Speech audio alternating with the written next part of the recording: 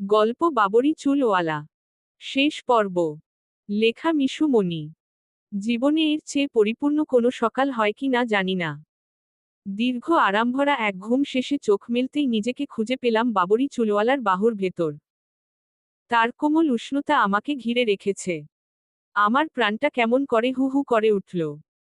শরীর আর মন জুড়ে ধীরে ধীরে ছড়িয়ে পড়ল এক গভীর সুখের আবেশ।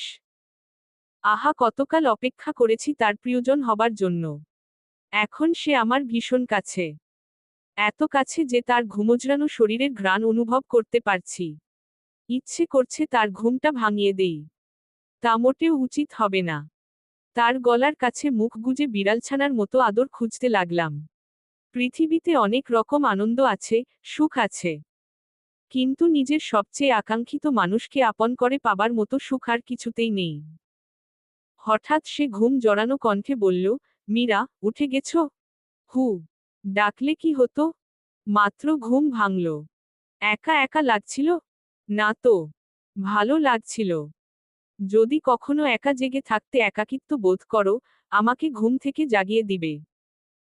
আমি আজ থেকে আর কোনোদিন এক সেকেন্ডের জন্য তোমাকে একাকিত্ব বোধ করতে দিব না।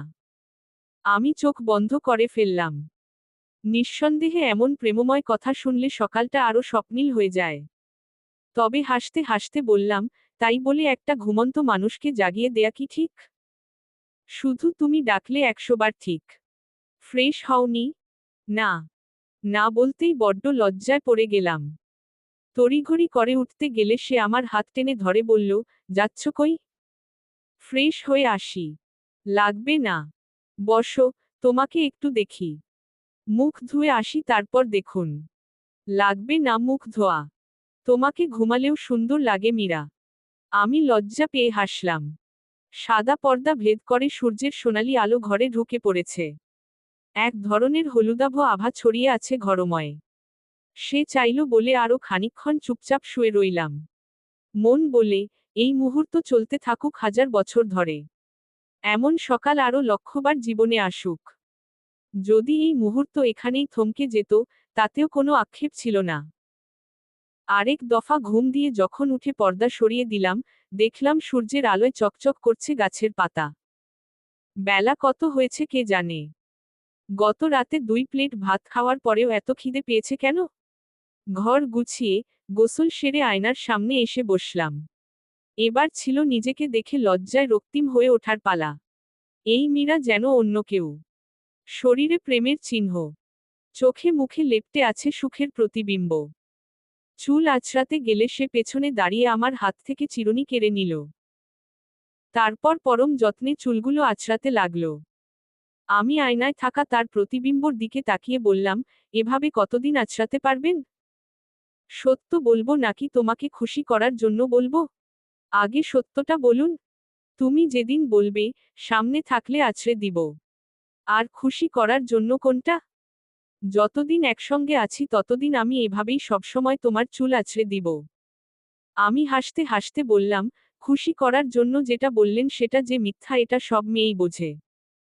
তবুও তারা কেন খুশি হয় জানি না। আমি কিন্তু প্রথমটাতে খুশি হয়েছি। বউকে খুশি করতে মিথ্যা বলা লাগবে না। আমার বউ কিসে খুশি হয় এটা বুঝতে পারলেই আমি সেভাবে বলা শুরু করব। আপনার বউ আপনার নিজস্বতায় খুশি হয়। আপনি যেমন, তেমনই ভালো লাগে আমার। অতিরিক্ত কিছু করার দরকার নেই। সত্যি মীরা? সত্যি আমাকে তোমার ভালো লাগে? কথা বন্ধ। চুল আঁচড়ান। উফাফ বলো না মীরা। আমাকে সত্যি তোমার ভালো লাগে? ভালো না লাগলে আপনাকে জড়িয়ে ধরে ঘুমাতাম? চুল আঁচড়ানো শেষ। চলো আবার জোরাজোরি করে ঘুমাই। জানতো। তোমার ভালো লাগা এত দ্রুত শেষ হয়ে গেল। আমি খপ করে তার হাত থেকে চিরুনি কেড়ে নিলাম। চুলগুলো পিঠের ওপর এলিয়ে দিয়ে পেছনে ফিরতেই সে দুহাতে আমার মুখখানা ধরে বলল, তুমি কি জানো মীরা? তুমি আমার অনেক আদরের। এভাবেই সারা জীবন তোমার চুল আছড়ে দিতে আমার কোনো ক্লান্তি আসবে না। সুযোগ থাকলে আমি অবশ্যই করব।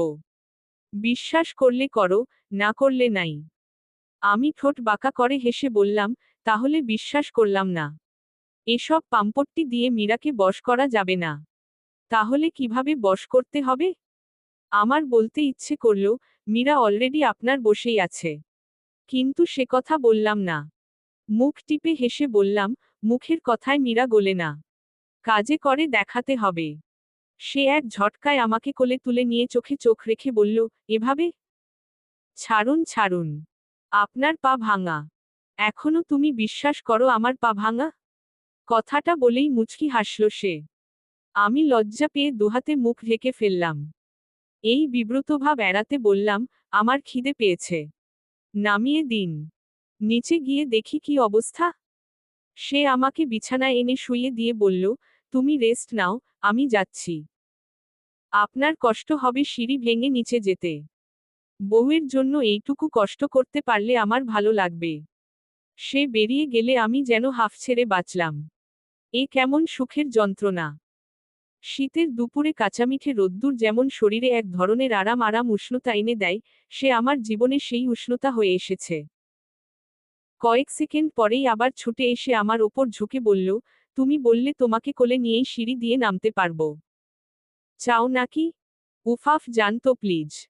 সে এবার দৌড়ে পালালো। আমি সিলিংয়ের দিকে তাকিয়ে চোখ দুটো বন্ধ করে ফেললাম। দেহ মনে ছড়িয়ে থাকা সুখের আবেশ আমাকে প্রতি মুহূর্তে স্মরণ করিয়ে দিচ্ছে, এই মুহূর্তটুকু সারা জীবন থাকবে না। সত্যিই তাই, মুহূর্তগুলো যদি বেঁধে রাখা যেত। সে ফিরে এলো ট্রেতে করে হালকা নাস্তা আর চা নিয়ে। জানালার পাশেই ছোট্টটি টেবিলের ওপর নাস্তা সাজিয়ে আমাকে বলল, মহারানী, প্লিজ আসেন। আমি চাই রোজ সকালে আপনি এভাবে নাস্তা সাজিয়ে আমাকে ডাকুন। সকাল না, বিকেল। বিকেল? জি মহারানী। এখন বিকেল 4টা বাজে। কি? আমি ঠিক বিশ্বাস করতে পারলাম না। অবশ্য পরক্ষণেই মনে পড়ল দুজনে ঘুমিয়েছি ভোরবেলা। সারা রাত জুড়ে আমাদের মধ্যকার প্রেমলীলা গভীর থেকে গভীরতর হয়েছে। দুজন দুজনকে আবিষ্কার করেছি সম্পূর্ণ নতুনভাবে। ভোরের আলো ফোটার সঙ্গে বুঝতে পেরেছি এটা শুধু বাসর রাত নয়, আমাদের যৌথ জীবনের প্রথম রাত। সারা রাত এত কথা বলেছি দুজন। মীরা, কি ভাবছ? আমি চমকে উঠে তাকাই তার দিকে। চায়ের কাপ থেকে ধোঁয়া উঠছে। সে ইশারায় আমাকে চা খেতে ডাকল। আমি তার মুখোমুখি বসতে গেলে এক ঝটকায় কোলের ওপর বসিয়ে নিল আমায়। লজ্জামিশ্রিত কণ্ঠে বললাম, আমি কি ছোট্ট বাচ্চা? আমার খেলার পুতুল তুমি। যেভাবে ইচ্ছে খেলা যাবে তাই না? হু, সাজাবো যেমন খুশি। রাখবো যত্ন করে। আর খেলা শেষে ছুঁড়ে ফেলে দিবেন? ছি ছি মীরা, এসব কি বলছো? তুমি আমার ভীষণ আদরের। আজীবন বুকের মধ্যে আগলে রাখবো তোমাকে। এখন চা খাও পাখি, চা ঠান্ডা হয়ে যাচ্ছে। বাবরি চুলওয়ালার এমন রোমান্টিক আচরণের সঙ্গে আমি একেবারেই পরিচিত নই। তাই বারবার অবাক হই, মুগ্ধ হই, আর অজান্তেই হেসে ফেলি। আমি হাসতে হাসতে বললাম, পাখিরা কি চা খায়? খায়। বউ পাখি চা খায়। মেয়ে পটানো এত কথা শিখেছেন কোথা থেকে? কি জানি। শিখিনি। চেষ্টা করছি রোমান্টিক হবার। ক্রিঞ্জ হয়ে যাচ্ছে নাকি? আমি হাসতে বললাম, হলে হোক। শুনতে মজা লাগছে। তোমাকে মজা দেয়াটাই আমার কর্ম। বলেই আমার গালের সঙ্গে গাল লাগিয়ে আদর করে দিল। আমি বাকরুদ্ধ হয়ে চেয়ে থাকি তার দিকে। যেমন মিষ্টি, তেমনি দুষ্টু একটা মানুষ। এই মানুষটা আমার বর। তার বাবরি চুলগুলোর দিকে চেয়ে রইলাম। এত কাছে এসেও বিশ্বাস করতে কষ্ট হয়। এই মানুষটা এখন আমার। একান্তই আমার। এর চেয়ে আনন্দের আর কিচ্ছু নেই জগতে। খানিক বাদেই রুনি আপা গরম গরম ভাত তরকারি দিয়ে গেল। নিজের হাতে খেতে হলো না আমার। বাবরি চুলওয়ালা আমাকে তুলে খাওয়ালো। পেট ভরে ভাত খেয়ে আবার এসে বিছানায় গড়াগড়ি খেতে লাগলাম। আহ! কি অদ্ভুত সুন্দর একটা জীবন এখন আমাদের। খাওয়া আর উল্টে পাল্টে ঘুমানো। জোরাজুরি করে শুয়ে থাকা, একটুখানি উষ্ণ আদর আর খিলখিল করে হাসি। এমন মোহনীয় স্বপ্নের মুহূর্ত জীবনে আসবে, তা কি একবারও ভেবেছিলাম? বাবরি চুলওয়ালা বলল, তনয় চেয়েছিল আমাকে জেলে বন্দি করতে। এমন সুন্দর জেলে বন্দি হলাম তোমার সঙ্গে, এই জেল থেকে আমি আর কখনো বের হতে চাই না। এভাবেই পুরো জীবন কাটিয়ে দিতে ইচ্ছে করছে। আমি তার বাহুর ভেতর নিজেকে আবদ্ধ করে বাচ্চাদের মতো বলি, সময়টা এখানে থামিয়ে দেয়া যায় না? ইচ্ছে করছে সেটাই জানো। একটা জীবন যদি এভাবেই এই রুমে আমাদেরকে বন্দি করে রাখত, তাতেও আফসোস ছিল না। তোমাকে দেখেই তো এক যুগ কাটিয়ে দেয়া সম্ভব। আর আপনার স্বপ্নগুলো? সব ভুলে গেছি মীরা, তোমাকে পেয়ে জীবনের সব কিছু ভুলে গেছি। একদিনেই আমার প্রতি প্রেমটা অনেক বেড়ে গেছে মনে হচ্ছে। হু, মনে হচ্ছে তোমাকে ছাড়া একটা দিন তো দূরের কথা, একটা সেকেন্ডও আর থাকা সম্ভব নয়। I love you Meera. আমি দুই হাতে তার বাবরি চুলগুলো এলোমেলো করে নাড়িয়ে দিলাম। আদরে, আবদারে, আলিঙ্গনে আমাদের মুহূর্তগুলো হয়ে উঠল স্বপ্নের চেয়েও সুন্দর। যা কখনো কল্পনাও করিনি, তার চেয়ে রঙিন। যা কখনো প্রত্যাশাও করিনি, তার চেয়েও সুখের। আমি ঠিক কতটা সুখে ভাসছি, তা কোন শব্দে বোঝানো সম্ভব আমি জানি না। সত্যিই জানি না। রাত্রিবেলা বাবা আসলেন দেখা করতে। আমি ও বাবরি চুলওয়ালা একসঙ্গে নিচে নামলাম। বাবার মুখোমুখি দাঁড়াতে অন্যরকম এক লজ্জায় ভেসে যাচ্ছিলাম আমি। দেখা হতেই জড়িয়ে ধরে বললাম, আব্বু তুমি ঠিক আছো? আছি রে মা। তোকে না দেখে বাবা কতটা ভালো থাকতে পারি বল? আমি ভালো আছি আব্বু। খুব ভালো আছি। বাবা আমার মাথায় হাত বুলিয়ে দিয়ে বললেন, তুই সবসময় ভালোই থাকবি। আমার লক্ষ্মী মেয়েটা ভালো থাকবে না তো কে থাকবে? এরপর বাবরি চুলওয়ালার সঙ্গে আলোচনায় মন দিলেন বাবা। তনয় টাকা পয়সা সংক্রান্ত মামলায় ফাঁসিয়েছে ওকে। সে খুব ব্যথিত কণ্ঠে বলল, এগুলো মিথ্যা। আমি ওর কাছে কখনো কোনো টাকা পয়সা নেইনি। বাবা আশ্বস্ত করলেন। তনয়ের সঙ্গে এখনো দেখা হয়নি। তবে তনয় ওর বাবাকে বলেছে বিয়ে ভেঙে দেয়ার জন্যই সে এই কাজটা করেছে। যাতে পুলিশ এসে ওইদিনই মঞ্জিরকে গ্রেফতার করে নিয়ে যায়। কিন্তু তার পরিকল্পনা এভাবে ব্যর্থ হবে এটা সে কল্পনাও করেনি। যত দ্রুত সম্ভব তনয়ের বাবা মামলা উঠিয়ে নেয়ার ব্যাপারে আশ্বাস দিয়েছেন। উনি ক্ষমাও চেয়েছেন বাবার কাছে। সবকিছুর সমাধান হওয়ার সম্ভাবনা দেখে আমরা বেশ স্বস্তি পেলাম। বাবা চলে যাওয়ার সময় জিজ্ঞেস করলেন, কিছু লাগবে কিনা? আমি হাসতে হাসতে বললাম, সব পেয়ে গেছি আব্বু। আর কিছুই চাই না জীবনে। বাবা হাসলেন। অথচ ঠিকই দেখতে পেলাম তার চোখ দুটো ছলছল করে উঠল। চাদরে মাথা থেকে আগন্তুকের মতো বেরিয়ে গেলেন তিনি। আমরা গেট বন্ধ করে দিয়ে ফিরছিলাম। করিডোরে আবছা অন্ধকার। বাবরি চুলওয়ালা হঠাৎ থমকে দাঁড়িয়ে আমাকে এক ঝটকায় কাছে টেনে নিল। তার চোখের দিকে তাকানো যায় না। কি যেন আছে সেই চোখে। আমি ভস্মীভূত হয়ে যাব মনে হয়। সে খানিকটা এগিয়ে আসতেই আমি চোখ দুটো বন্ধ করে ফেললাম। এমন সময় কাশির শব্দ, দুজনেই চমকে উঠে দূরত্ব রেখে দাঁড়াই। রনি আপা বলল, ভাই তোরা দোতলায় যা। তোদেরকে পুরা দোতলা দিয়ে দিছি। লাগলে বল আমি আর লাবিব বের হয়ে যাই। তোরা পুরো বাসা নিয়ে রোমাঞ্চ কর। আমি লজ্জা পেয়ে এক দৌড়ে পালিয়ে এলাম সেখান থেকে। বড় বিব্রতকর পরিস্থিতি উফাফ।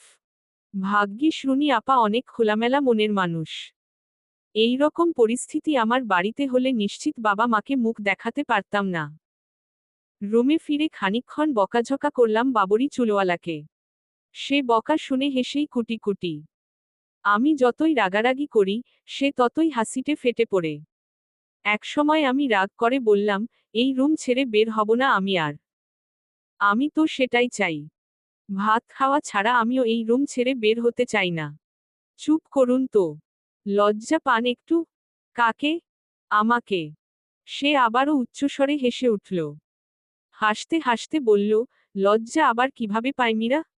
এসব কিন্তু ঠিক না। ঠিক আছে, লজ্জায় আর তোমাকে ছুঁয়েও দেখব না। তখন কিন্তু আবার অভিযোগ করতে পারবা না। সমস্যা নেই। আপনি লাজুক হলে আমি নির্লজ্জ হব। সে হাসিতে ফেটে পড়ল। যেন এর চেয়ে মজার কথা কোনোদিন শোনেনি। আমি তাকিয়ে তাকিয়ে তার এই প্রাণখোলা হাসি দেখতে লাগলাম। একটা মানুষ এত সুন্দর করে হাসবে কেন?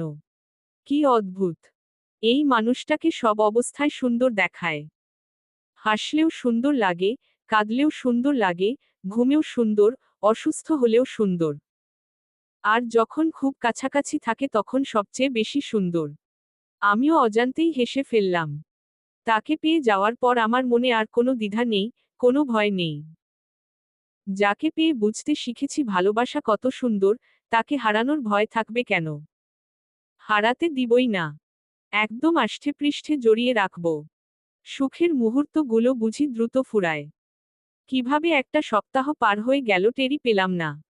একদিন দুপুরবেলা ছোট চাচা এসে হাজির। বললেন, মামলা ডিসমিস। বাড়ি চল মীরা। এমন খবরে বোধ হয় আনন্দিত হবার কথা ছিল। কিন্তু আমার খুব মন খারাপ হয়ে গেল। রনি আপার এই বিলাসবহুল বাড়িটা আমাদের কাছে ছিল স্বর্গীয় রাজমহল। দোতলার এক কোণে দুজনে কতই না প্রেমের গল্প রচনা করেছি। ঘরটা ছেড়ে চলে যাওয়ার কথা ভাবতেই মন কেমন করতে লাগলো। ভীষণ মায় পড়ে গেছি এই ঘরের। বাবরি চুলওয়ালা নিজেই পুরো ঘরখানা যত্ন নিয়ে গুছিয়ে ফেলল। আমি স্থির হয়ে বসে বসে দেখলাম। একসময় এসে আমাকে বলল, মন খারাপ করছো কেন? আপনার মন খারাপ হচ্ছে না? একটু একটু হচ্ছে। হওয়াটাই তো স্বাভাবিক। আমরা তো মানুষ, যেখানেই সুন্দর স্মৃতি জমে সেখানটার মায় পড়ে যাই। কিন্তু সামনে আমাদের সুন্দর ভবিষ্যতে নিজেদের সংসার হবে। এখানকার মায় আটকে থাকলে কি হবে? আমি মাথা ঝাঁকিয়ে বললাম, তাও ঠিক। এই কদিনে একবারও বাড়িতে ফেরার জন্য মন কেমন করেনি। মনে হয়েছিল এখানেই আমাদের সংসার, এভাবেই বাকি জীবন কাটিয়ে দেই। সে হাসতে হাসতে বলল, ওঠো মীরা। আমার মনে তো অত মায়া নেই, তোমার মনে থাকুক। এই জীবনে এত অসংখ্যবার নিজের নীড় বদলেছি যে, মায়া পড়ে যাওয়ার অবকাশ পাইনি। শেষ পর্যন্ত তোমার সঙ্গে আমার একটা স্থায়ী ঠিকানা হবে, সেটার মায় পড়ার অপেক্ষায় আছি। তার কথা আমাকে শক্তি দিল। এই কয়েকদিন আরাম করে খেয়েছি, ঘুমিয়েছি আর দুজন মিলে রাজ্যের গল্প করেছি। একে অপরকে নতুন করে জানতে চেষ্টা করেছি।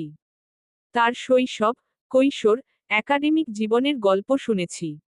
কত সংগ্রাম, কত স্বপ্ন, সেসবের গল্প। এখন নিজেদের জীবন গুছিয়ে নেয়ার পালা। রনি আপার কাছে বিদায় নেয়ার সময় আমরা দুজনেই খুব আবেগাপ্লুত হয়ে পড়লাম। আপা আমাদের জন্য যা করেছে, তা আজকাল কোনো কাছের বন্ধুর কাছেও প্রত্যাশা করা যায় না। এই কৃতজ্ঞতার অন্ত নেই। আপা ও দুলাভাইকে বলে এলাম, আমাদের সংসার হলে আপনাদেরকে অবশ্যই আসতে হবে। দাদুবাড়িতে ফিরতেই বাড়িসুদ্ধ সবাই এসে আমাদেরকে ঘিরে ধরল। যেন আমাদের ভাবনায় কটা দিন কারোরই ঘুম হয়নি। সবার চোখে কৌতূহল। আমাদের হাসিমুখ দেখে তারাও হাসছে। চাচিরা খাবারের আয়োজন করেছেন। টেবিল সাজিয়েছেন হরেক পদের রান্না দিয়ে। বোয়াল মাছ, গরুর মাংস, খাসির মাংস, শুটকি ভুনা, পায়েস, পিঠাপুলি আরও কত কি। সবার সাথে এক টেবিলে ভোজন শেষে আড্ডা দিতে বসলাম। চাচি বারবার জানতে চাচ্ছিলেন আমরা টেনশন করেছি কি না। আমি মুখে উত্তর দিলাম, তা তো করেছি। কখন পুলিশ এসে ওকে ধরে নিয়ে যায়। অথচ কথাটা মিথ্যা। এরকম দুশ্চিন্তা আমি একবারও করিনি। বরং এই এক সপ্তাহ ধরে আমরা সুখের রাজ্যে বিচরণ করছিলাম। যাকে বলে মধুচন্দ্রিমা। সেসব তো আর সবাইকে বলা যায় না। সবাই খুব জোরাজোরি করছিলেন 2টা রাত থেকে যাওয়ার জন্য। ওদিকে মা বাবাও অপেক্ষায় আছেন। দীর্ঘদিনের কাজ জমে গেছে বাবরি চুলোয়ালার। তাই শহরে ফেরার তারা অনেক। অবশেষে বিশাল বড় বড় 2টা লাগেজ নিয়ে আমি আর বাবরি চুলোয়ালা আমাদের বাড়িতে ফেরার উদ্দেশ্যে রওনা দিলাম। পথেই সেই বিখ্যাত বাজারটা চোখে পড়ল। আমি বললাম, চলুন নেমে যাই। এক্সপ্লোর করব না, শুধু 2 কাপ চা। বাবরি চুলোয়ালা রাজি হলো। গাড়ি থামিয়ে বাজারে নামলাম আমরা। এই জায়গায় আমাদের দারুণ স্মৃতি জমে আছে। আশেপাশে হাঁটতে হাঁটতে আমি ঝর্ণার মতো খলখল করে বলে যাচ্ছিলাম সেই দিনটার কথা। পুরোটা সময় সে মন্ত্রমুগ্ধের মতো আমার কথা শুনল। বাসায় ফিরতে ফিরতে রাত নেমে এসেছে। বাড়ির গেট খুলে আমাদের জন্য শরবত নিয়ে দাঁড়িয়ে আছে রোহান। বাবরি চুলোয়ালার মুখে শরবতের গ্লাস ধরে বলল, 1000 দাও নইলে গেট ছাড়ব না। আমাদের কাছে এই মুহূর্তে কোনো টাকা নেই। দুজনে চুপচাপ দাঁড়িয়ে রইলাম। ভাবখানা এমন, যাবই না ভেতরে। অগত্যা গেট ছেড়ে দিয়ে বিরসমুখে রোহান বলল, পরে সুদ সহ দিতে হবে। বাবরিওয়ালা হেসে বলল, তোমাকে 15 দিন অঙ্ক আর ইংরেজি পড়িয়ে দিলে হবে না? হাসলাম আমি। রোহান বলল, এখনই এরকম করলে বাকি জীবন কি করবা? আমার দুলাভাইয়ের কলিজা থাকতে হবে হাতির মতো বড়। হাতির মতো বড় কলিজা কি আমার এই ক্ষীণকায় শরীরে জায়গা হবে শালা? ওদের খুনসুটি চলতে লাগলো ঘরে প্রবেশ করা পর্যন্ত। ড্রয়িং রুমে এসে বসে রইল সে। আমি খানিকটা ভাবনায় পড়ে গেলাম, এখন কোন রুমে যাব? দোতলায় নাকি নিচতলায়? আমি কি একা যাব নাকি দুজনে একসঙ্গে যাব? কি এক মধুর বিভ্রান্তি। অবশেষে রান্নাঘরে ঢুকলাম। পাতিলের ঢাকনা খুলে মাকে জিজ্ঞেস করলাম, এত কিছু রেঁধেছ কি আমার জন্য? না, আমার জামাইয়ের জন্য। স্বার্থপর মহিলা। এতদিন পর মেয়ে বাসায় ফিরেছে। মেয়ের জন্য নাই কিছু। মেয়ের খাওয়া লাগবে না। মেয়ে আমার জামাইয়ের মাথা খাইলেই পেট ভরবে। তুমি কিভাবে জানলা আমি ওর মাথা খাই? মা বিরক্ত মুখেও হেসে ফেললেন। হাসি দেখে মনে হলো উনি বলতে চান, আমরা কি তোকে চিনি না মীরা? হাতমুখ ধোয়ার প্রয়োজন বোধ হলে আমি দোতলায় নিজের রুমে চলে এলাম। গোসল সেরে একটা সুন্দর জামা পরলাম আমি। বহুদিন পর নিজের রুমে এসে মনটা খুব উৎফুল্ল হয়ে উঠল। ফেরার সময় রুনি আপার ঘরের মায় যেভাবে মনটা মলিন হয়ে উঠেছিল, এই মুহূর্তে তার বিন্দুমাত্র রেশো নেই। বরং নিজের চিরচেনা ঘরে ফিরে আমার খুব স্বাধীন মনে হচ্ছে নিজেকে। সাজগোজ শেষে নিচে নামার কথা ভাবতেই আমার মুখে হাসি চলে এলো। আগে যখন বাবরি চুলওয়ালাকে দেখতে ইচ্ছে করত, চাইলেও হুটহাট নিচে নামতে পারতাম না। এক ধরনের সংকোচ আমাকে ঘিরে রাখত। এই মুহূর্তে সেসবের কিছুই আর নেই। পাখির মতো ফুরুত করে নিচতলায় আসলাম। ড্রয়িং রুমে নেই বাবরি চুল। রান্নাঘরে মা খুটুরমুটুর করছেন। আমি বললাম, রোহান কই আম্মু? জানি না।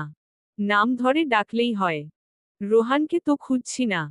যাকে খুঁজছি তার নাম ধরে ডাকা যাবে না। মা ভ্রু কুঁচকে তাকালেন। আমি খিলখিল করে হেসে উঠলাম। টের পেলাম, বেশিক্ষণ মায়ের সামনে দাঁড়িয়ে হাসা যাবে না। কখন খুন্তি ছুঁড়ে মারে। নাচতে নাচতে এসে দেখি বাবরি চুলওয়ালা নিজের রুমে শুয়ে আছে। হাতে মোবাইল। আমি ভ্রু নাচিয়ে বললাম, আসবো? আসো। তোমার বাড়ি, তোমার ঘর। পারমিশন চাচ্ছ কেন? ও আচ্ছা। তাই নাকি? আমার কি এখন আর এই রুমে আসতে পারমিশন লাগবে না? না। এই রুমে আমি অতিথি পাখি। তাহলে এখন থেকে আমিও অতিথি পাখি। হ্যাঁ মীরা। আস্তে আস্তে এই বাসার মাও ছাড়তে শুরু করো। যত তাড়াতাড়ি মায়া ছাড়তে পারবা, ততই লাভ। আমি কোনো দ্বিধা কিংবা সংকোচ ছাড়াই তার বিছানার ওপর গা এলিয়ে দিলাম। আহ! কি যে শান্তি! একসময় এই রুমে ঘুমোবার জন্য আমার কি যে আকুলতা ছিল। ভাবলেই হাসি পায়। আনন্দে মনটা নেচে ওঠে। বাবরি চুলওয়ালা হঠাৎ একটা ছোট্ট বাক্স সামনে রেখে বলল, এটা তোমার বাসর রাতের গিফট। সিরিয়াসলি? হুম। দাদু বাড়িতে নিয়ে গিয়েছিলাম। ভেবেছিলাম ওখানেই বাসর হবে। এত তাড়াহুড়ো করে রুনি আপার বাসায় যেতে হয়েছে, এটা আর নেয়ার সুযোগ পাইনি। খুলে দেখব? শিওর। আমি খুব কৌতূহলী হয়ে বক্সটা খুললাম। একটা স্বর্ণের চেইন জ্বলজ্বল করে উঠল। আমি চেইনটা হাতে নিয়ে চোখ বড় বড় করে তাকিয়ে রইলাম। অবাক হয়ে জানতে চাইলাম, এটা কখন কিনলেন? ভাবিকে দিয়ে আনিয়েছিলাম।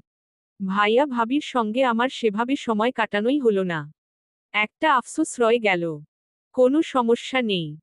এখন ওনাদেরকে কল দিয়ে কথা বলো।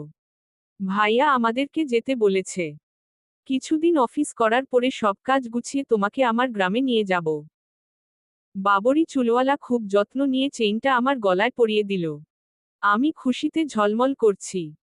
সে মুগ্ধ দৃষ্টিতে কতক্ষণ তাকিয়ে থেকে বলল, কবে যে অনেক টাকা হবে।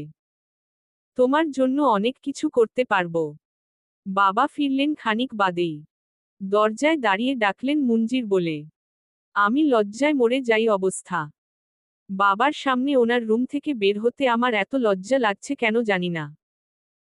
মাথা নিচু করে চোরের মতো বেরিয়ে এসে বাবার পাশে দাঁড়ালাম। বাবা বললেন, মা মীরা, কেমন আছিস মা? ভালো আছি। তুমি কেমন আছো আব্বু? তুমি এত শুকিয়ে গেছো কেন? তুই যে বাসায় নাই। তাই শুকিয়ে গেছি। আমার মা ফিরেছে, এবার আবার মোটা হয়ে যাব। বাবা আমাকে আদর করে দিলেন। আমি আবারও দৌড়ে ওপরে উঠে এলাম। মুহূর্ত যেন আর কাটে না। নিজের ঘরে পায়চারি করেও শান্তি পাচ্ছি না। মনে হচ্ছে নিচতলায় আমার হাতটাকে খুলে রেখে এসেছি। ক্ষণিকের জন্য দূরে গেলেও যদি এমন অস্থির লাগে, সে অফিসে গেলে আমার সময় কি করে কাটবে। রাতে খাওয়া দাওয়া শেষে সবাই মিলে একসঙ্গে বসে গল্পগুজব করলাম। তনয় নিজেই নাকি মামলা উঠিয়ে নিয়েছে। সবকিছু বিশদ বর্ণনা শুনতে শুনতে রাত গভীর হয়ে গেল। বাবা বললেন, রোহান ঘুমাতে যা। মীরা মা, যাও ঘুমাও এখন। আমি রুমে যাচ্ছি। আমি ও বাবরি চুলওয়ালা একে অপরের দিকে মুখ চাওয়াচাওয়ি করলাম। আমরা কোন রুমে যাব? দুজনেই দ্বিধান্বিত। আমার কেমন যেন লজ্জা লজ্জা লাগছে। বাবা ওপরে উঠে গেলেন। সব সময় আমিও বাবার সঙ্গে ওপরে উঠে যাই। আজ নির্লজ্জের মতো নিচেই বসে রইলাম। খানিকক্ষণ পর মাও রান্নাঘরের কাজ গুছিয়ে চলে গেলেন। আমাকে বললেন, নিচতলার সব লাইট নিভিয়ে দিস। মা ওপরে চলে গেলে আমার অসম্ভব লজ্জা লাগল। আমি ব্যস্ত ভঙ্গিতে রান্নাঘরে এসে অকারণেই এটা সেটা হাতড়াতে লাগলাম। খানিকক্ষণ পর দেখি কোথাও কেউ নেই। গুটি গুটি পায়ে বাবরি চুলওয়ালার রুমে ঢুকলাম। সেও রুমে নেই। আমি ভ্রু কুঁচকে ভাবতে লাগলাম, সে আবার ওপর তলায় গিয়ে বসে আছে নাকি। খানিক বাদেই সে আমাকে চমকে দিয়ে বলল, আমাকে খুঁজছ? আব্বু আম্মু যদি আমার রুমে গিয়ে দেখে আমি নেই, তখন কেমন হবে বলুন তো? ভালো হবে। এটাই তো হওয়ার ছিল। যাহ, আমার খুব লজ্জা লাগছে। ভাগ্যিস 7টা দিন রুনি আপার বাসায় ছিলাম। হো হো করে হেসে উঠলাম দুজনেই। জীবনটা তার রং বদলেছে। একসময় আমার জীবন ছিল একলা। সাদামাটা রুটিনে অভ্যস্ত, একঘেয়েমিতে ভরা জীবন। দিন আসতো, দিন যেত। হাসি ছিল, কিন্তু গভীর আনন্দ ছিল না। সবকিছু থাকার পরেও ছিল কোথাও এক অপূর্ণতা। বাবরি চুলওয়ালা আমার জীবনে সেই পূর্ণতা নিয়ে এসেছে। সকালগুলো আর কেবল সকাল রইল না, হয়ে উঠল ব্যস্ততার। রাতগুলো নিছক পড়াশোনা আর ঘুমাবার সময় না, হয়ে গেল গল্প আর নিশ্চিন্ত আশ্রয়ের। তার উপস্থিতিতে জীবনটা হঠাৎ করে অন্যরকম হয়ে গেল। একলা জীবনটা খারাপ ছিল না, কিন্তু তার সঙ্গে জীবনটা সুন্দর হয়ে গেছে এই পার্থক্যটা এখন খুব স্পষ্ট বুঝি। যেন রঙহীন ক্যানভাসে কেউ ধীরে ধীরে রং ছড়িয়ে দিয়েছে। এভাবেই দিনগুলো চলছিল। একদিন বাবরি চুলওয়ালা এসে বলল, তনয় হাসপাতালে দেখতে যাব। আমি অদ্ভুত চোখে তাকিয়ে জিজ্ঞেস করলাম, কেন? কি হয়েছে ওনার? কাদের সঙ্গে যেন ঝামেলায় জড়িয়েছিল। মার খেয়ে হাসপাতালে ভর্তি। কারো দুঃখে হাসা উচিত না। তবুও আমার হাসি চলে এলো। আমরা কেউ কখনো তনয়ের ক্ষতি চাইনি। কিন্তু প্রকৃতি তার প্রতিশোধ ঠিকই নিয়েছে। এই বেলায় আর মুখ ফিরিয়ে রাখার মানে নেই। বিয়ের রাতে নিজের ভালোবাসার কথা বলতে গিয়ে বাবরি চুলওয়ালা বলেছিল, তোমার প্রতি ভালোবাসাটা তনয়ের কারণেই টের পেয়েছি। তনয় সকাল বিকাল তোমার কথা জানতে চাইতো, ওকে তোমার ব্যাপারে বলতে গিয়েই বুঝেছি তুমি আমার কতটা নিজস্ব। তোমাকে তনয়ের হতে দিব ভাবতেও পারতাম না। তনয় না এলে হয়তো এই ভালোবাসাটা এত তাড়াতাড়ি অনুভব করতে পারতাম না মীরা। তনয়ের প্রতি আমার যত ক্ষোভ, তা ওই কথার পরেই ফুরিয়ে গিয়েছে। আমি বেশিদিন কারো ওপর রাগ করে থাকতে পারি না। যদি তনয়কে দোষী করতে হয়, তাহলে তো একই দোষে আমিও দোষী। সেই দোষে দোষী বাবরি চুলওয়ালাও। আজও আক্ষেপ জাগে, কেনই বা সেদিন গিয়েছিলাম বাবরি চুলওয়ালার মনে জ্বালা ধরাতে। পরক্ষণেই বুঝি, সেদিন গিয়েছিলাম বলেই হয়তো আজ প্রিয় মানুষটা আমার। অসুস্থ তনয় আমাদেরকে দেখে শুকনো হাসি দিল। চোখে মুখে অপরাধের ছায়া। বাবরি চুলওয়ালা এগিয়ে গিয়ে ওকে ঝাপটে ধরে বলল, সরি বন্ধু। তনয় একটা ধাক্কা দিয়ে বলল, কিসের সরি? তুই কেন সরি বলবি রে? সরি বলবো আমি। আর তোরা শুনবি।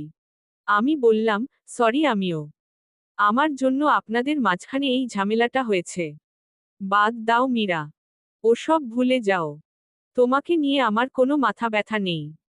আমার সব রাগ এই চিটারের ওপর। তুই হারামজাদা আমার জায়গা দখল করে নিয়েছিস। আমি হেসে বললাম, ওই জায়গা কখনো অন্য কারো ছিল না। ওটা শুরু থেকেই আমার বাবরি চুলওয়ালার জন্য ছিল। উনি নিজেও সেটা জানে না। আমি তো প্রথম দিন থেকেই ওনাকে বিয়ে করার স্বপ্ন দেখতাম। বাবরি চুলওয়ালা স্মিত হাসল। তনয় অবিশ্বাসের সুরে বলল, এখন কত কথা বলবে? আমি লাজুক হেসে বললাম, না রে ভাই, সত্যি বলছি। আমার বাপ জানে, আব্বু ছাড়া আর কেউ জানে না এই অনুভূতির কথা। আমি তো ওনার প্রেমে দিওয়ানা হয়ে গিয়েছিলাম। প্রথমবার উনি যখন রাজি হয়নি, আব্বু দ্বিতীয়বার ওনাকে বাসায় ডেকে এনে আবারও প্রস্তাব দিয়েছিল। সেটা শুধুমাত্র আমার জন্য। কারণ আমি ওনাকে না পাওয়ার চিন্তায় চিন্তায় ডিপ্রেশনে চলে গিয়েছিলাম। বাবরি চুলওয়ালা ভ্রু কুঁচকে আমার দিকে তাকালো। বোধ হয় বিশ্বাস হলো না আমার কথাটা। তবে তনয় ঠিকই বিশ্বাস করল।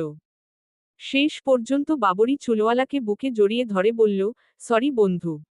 তোকে নিয়ে থানা পুলিশ খেলার কাজটা আমি মোটেও ভালো করি নাই। মাফ করে দিস আমাকে। হাসপাতাল থেকে বের হয়েই বাবরি চুলওয়ালা আমাকে জিজ্ঞেস করল, তনয়কে ওটা কেন বললে? তুমি আমার প্রেমে দিওয়ানা ছিলে? আমি মুচকি হেসে বললাম, মিথ্যা তো বলিনি। থমকে দাঁড়ালো সে। আশ্চর্য হয়ে তাকিয়ে রইল আমার দিকে। আমি মুচকি হাসছি এখনো। বাবরি চুলওয়ালা ভ্রু কুঁচকে বলল, এগুলো সত্যি মীরা? হুম, একদম। তুমি আমাকে শুরু থেকে। হ্যাঁ গো জনাব, একদম শুরু থেকে। যেদিন দাদুবাড়িতে এলেন আপনি, মাইশার বিয়ের অনুষ্ঠানে, সেদিন থেকে আপনার প্রতি আমার এই ফিলিংস। না, এ কিভাবে হয়? সে কোনোভাবেই বিশ্বাস করতে পারছে না। স্তব্ধ হয়ে গেছে একদম। আমি উচ্চস্বরে হেসে উঠলাম। রাস্তা দিয়ে ছুটে চলেছে অগণিত গাড়ি। তাদের হর্নের শব্দ যেন আমাদের কানে পৌঁছাচ্ছে না। হুট করে থমকে গেছে সবকিছু। আমি তার দিকে তাকিয়ে আছি ঠোঁটে মুচকি হাসি নিয়ে। আর সে, অদ্ভুত চাহনিতে। যেন হুট করেই তার চিরচেনা মীরার এক নতুন রূপ বেরিয়ে এসেছে। হঠাৎ আমার হাতটা খপ করে ধরে বলল, তুমি এটা আগে কেন যে বলো নাই মীরা? একদিন যদি মুখ ফুটে বলতে। একদিন যদি আমাকে শুধু বুঝতেও দিতে। আমি তোমাকে এত কষ্ট কখনোই দিতাম না। কখনো না। আমি হাসতে হাসতে বললাম, বলেছি তো। একদিন রাতে বলেছিলাম না, চোখের ভাষা শিখে ফেলুন। একদিন বলেছিলাম ভেতরের জ্বালাপোড়া কেউ দেখে না। আরও কতবার কতভাবে বোঝাতে চেয়েছি। তাও যদি কেউ না বোঝে। বাবরি চুলওয়ালা আমার দিকে স্থির দৃষ্টিতে তাকিয়ে রইল। সেই দৃষ্টিতে একসাথে জমে আছে দুটি বিপরীত অনুভূতি, অপ্রকাশিত আনন্দ আর গভীর এক অনুতাপ। আনন্দটা যেন আমাকে কাছে পাওয়ার, আর অনুতাপটা মীরার মতো একজন মানুষকে দূরে সরিয়ে দেওয়ার অপরাধবোধে সিক্ত। শুরু হলো আমাদের নতুন এক জীবন। সে সকালে উঠে অফিসের জন্য বেরিয়ে যায়, সন্ধ্যায় ফেরে। এদিকে ভার্সিটি থেকে ফিরে খানিকক্ষণ ঘুমিয়ে নিয়ে উঠে আমি সবার জন্য নাস্তা বানাই। বাবরি চুলওয়ালা ফিরলে একসঙ্গে নাস্তা খাই, চা বানিয়ে গল্প করতে বসি। নিচতলার ছোট্ট ঘরটাতে একসঙ্গেই আমাদের দুজনার স্বপ্নের কাব্য রচনা করতে থাকি। একদিন মাঝরাতে ঘুম ভেঙে গেলে পাশে তাকিয়ে দেখি সে নেই। টেবিলে বসে খসখস করে কিছু একটা লিখছে। আমি ঘুম জড়ানো চোখে উঠে এসে পাশে বসি। কি লিখছেন? একটা আইডিয়া এসেছে মীরা। কিসের? Business idea. বিজনেস? হুম। আমি তো সারা জীবন এখানে জব করতে পারবো না মীরা। আমার নিজেরও অনেক স্বপ্ন আছে। বিজনেস ছাড়া শুধু জব করে ওইসব স্বপ্ন পূরণ করা যাবে না। আমি মাথা ঝাঁকিয়ে বললাম, আমাকে দেখাবেন আপনার আইডিয়া? দেখতে ইচ্ছে করছে। সে উৎফুল্ল হয়ে বলল, এই দেখো। আসো তোমাকে বুঝিয়ে বলি। আমি মন্ত্রমুগ্ধের মতো তার কথা শুনতে মনোযোগ দিলাম। সে বোঝাতে লাগলো কিভাবে কাজ হবে, কেমন সম্ভাবনা আছে, কারা হবে ক্লায়েন্ট, সবকিছু। এত চমৎকার আইডিয়া শুনে আমি বিমোহিত। কল্পনাতেই দেখতে পাচ্ছিলাম তার সাফল্য। তার কথা শেষ হবার আগেই আমি হাততালি দিয়ে বললাম, দুর্দান্ত। এই আইডিয়া নিয়ে কাজ করলে নিশ্চিত আপনি অনেক দূর যাবেন। সে আমার চোখে উচ্ছ্বাস দেখে উল্লাসিত হয়ে বলল, আমি একা পারবো না।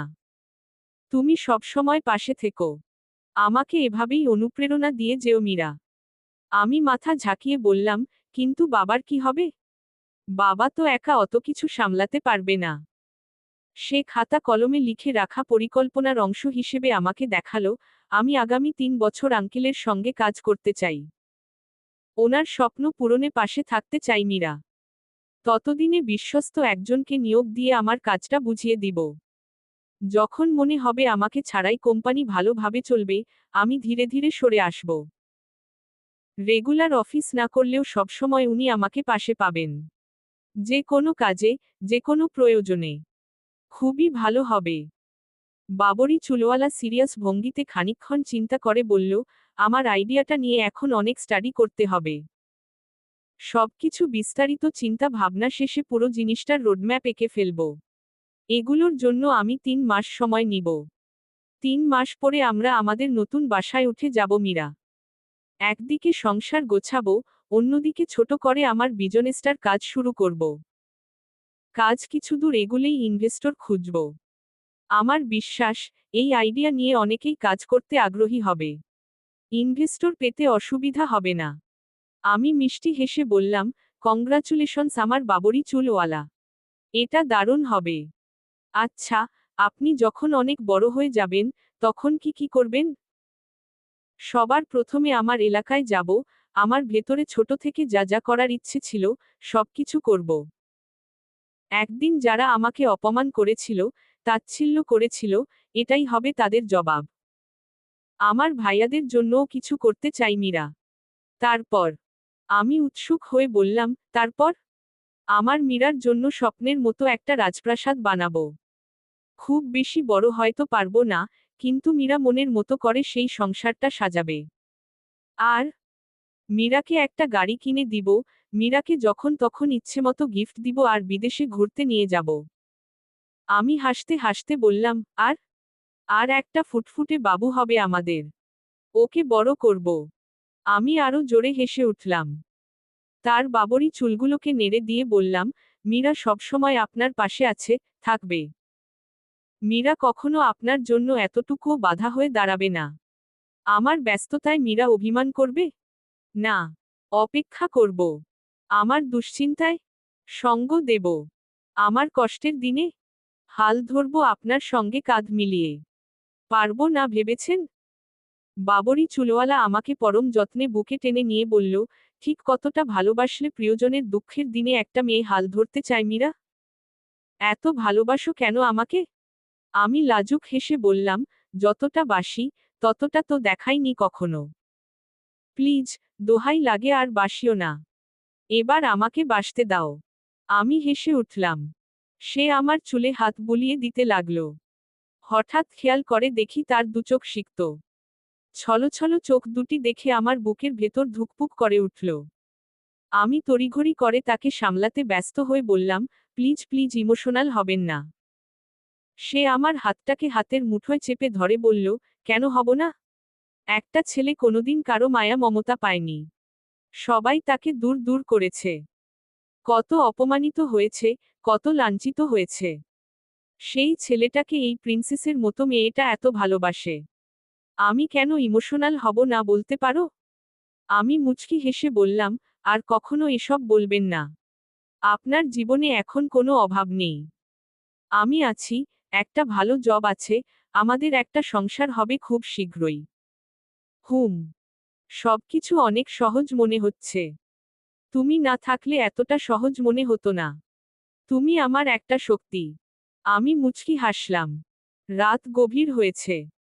বাইরে দুয়েকটা নিশাচরি পাখির ডানা ঝাপটানোর শব্দ ভেসে আসে। উৎফুল্ল মনে আমি লাগেজ খুলে আমাদের বিয়ের শাড়িটা বের করলাম। শাড়িটা আমার সেদিন পরা হয়নি। আজ রাতে একবার পরতে ইচ্ছে করছে। কোনোমতো শাড়িটা পরে মাথায় ঘোমটা দিয়ে এসে বসেছি, দেখি সে আমার দিকে মুগ্ধ নয়নে তাকিয়ে আছে। কি যে মায়া সেই চোখে। আমি মনেমনে ভাবি, এই মানুষটাকে আর কোনোদিন একলা হতে দিব না। ছায়া হয়ে পাশে থাকব। সেও আমার দিকে তাকিয়ে কিছু একটা ভাবছে। বড্ড জানতে ইচ্ছে করছে তার ভাবনায় এখন কি চলছে। সেও কি আমার মতো ভাবছে, এই মেয়েটাকে অনেক ভালোবাসতে হবে? অনেক সুখে রাখতে হবে? কি জানি। কৌতূহল চেপে রাখতে না পেরে জিজ্ঞেস করলাম, কি ভাবছেন? সে উত্তর দিল, ভাবছি, অনেক ভালোবাসতে হবে তোমাকে। যত ফোঁটা অশ্রু ফেলেছ আমার জন্য, তার প্রতি ফোঁটার দাম উসুল করে দেব। আমি চমকে উঠলাম। সমস্ত চোখের জলের দাম তো এই একটি বাক্যেই উসুল হয়ে গেছে। সমাপ্ত। গল্পটা কেমন লাগলো জানাবেন ও সাবস্ক্রাইব করতে ভুলবেন না প্লিজ।